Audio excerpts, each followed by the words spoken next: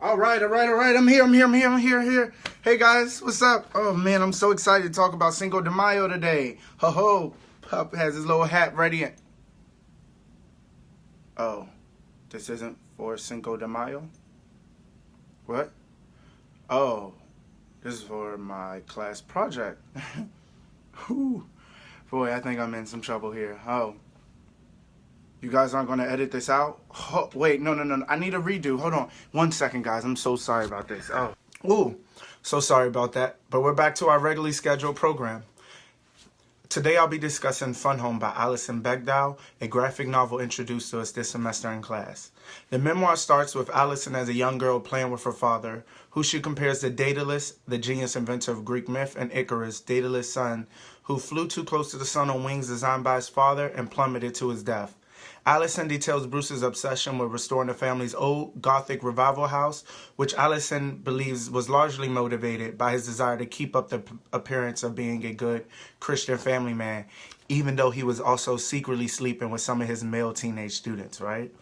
Alison then reveals that Bruce killed himself while she was in college, although that's her speculation, and though he lived through most of their childhood, felt he was long dead before he was physically gone. Let's get right into it today. So I start you with this. In Alison Bechdel's graphic novel titled Fun Home, the theme of coming to terms with your sexuality or sexuality in itself is a prevalent theme because it's the most apparent conflict amongst some of our characters. It establishes the volumes and kind of characteristics of their love life that we see from majority, if not the two of our main characters, and was the cause of a lot of depression I feel from some of the characters that they felt with. Starting off with the most apparent conflict amongst most of our characters, Alison found herself struggling a lot in her life, dealing with her sexuality, not even coming to terms with it and accepting it until she was in college. Bruce, on the other hand, has had friction in his marriage that we see from him and his wife as he got caught sleeping around with some of his teenage male students. That's not a good plan in terms of for your love life and definitely the cause of a lot of conflict. But we're heading over to Brandon and Greece. Back to you, Brandon.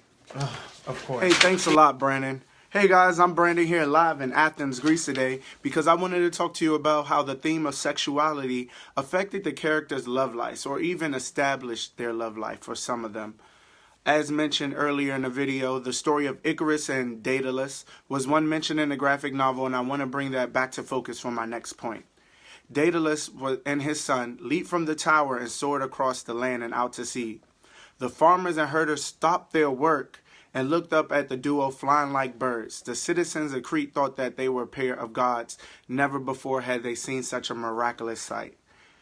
What happened was, Daedalus, as mentioned, was a great inventor. He was very smart, but he was locked away in a tower. His son sent with him because they feared him.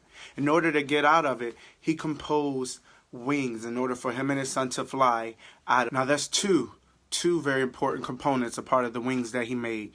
Feathers and wax that he was able to find in his sails somehow. With that, we hear they traveled just for a good amount of time. They passed a few islands, all while still making sure they were careful not to fly too low or too high. Very important. However, Icarus eventually would leave the guidance of his father and to begin flying higher and higher as if to reach to the heavens. Just as his father had warned him, Icarus flew too high and the heat from the sun began to melt the wax holding the feathers into place. Soon the wings completely disintegrated entirely and Icarus plummeted down through the air. He screamed in fear as he tried to fly away, yet his wings were unable to fly. He splashed in the sea and unfortunately came to his demise as he drowned. Hey, thanks a lot, Brandon. Thank you so much for that story. And glad to see you were the one sent to Greece and I was the one that was, left here in the office. Just great. But now we see both Alison and Bruce struggle with their sexuality. While Bruce steers away from it or tries to hide, maybe not flying too close to the sun, Alison eventually leaves from her parents' expectations of how their only daughter should live and behave, and Alison then from that begs internally for an acknowledgement and a conversation on the topic of sexuality. But on the outside takes what she can get and appreciates it. Much like Icarus screaming for help and drowning, we see that Alison struggle with a lot of conflicting thoughts within herself, much like her own drowning inside of her own mind and thoughts of the things that bother her and affected her throughout dealing with this struggle in terms of it. And now that brings us to our last point, the depression that characters dealt with because of the theme of sexuality. Depression is one of the most common mental disorders in the United States. It affects an estimated 15.7 million adults and 2.8 million adolescents in the United States, according to the National Institute of Mental Health. Depression affects LGBTQ people at higher rates than heterosexual population, and LGBTQ youths are more likely than heterosexual students to report high levels of drug use and feelings of depression. Lesbian, gay, and bisexual youths in 7th through 12th grades are to attempt suicide more than their heterosexual peers. But imagine a youth, the population of readers that could identify with this graphic novel as I did. In the story, we see that Allison's father assigned her a gay novel to read that she thoroughly enjoyed.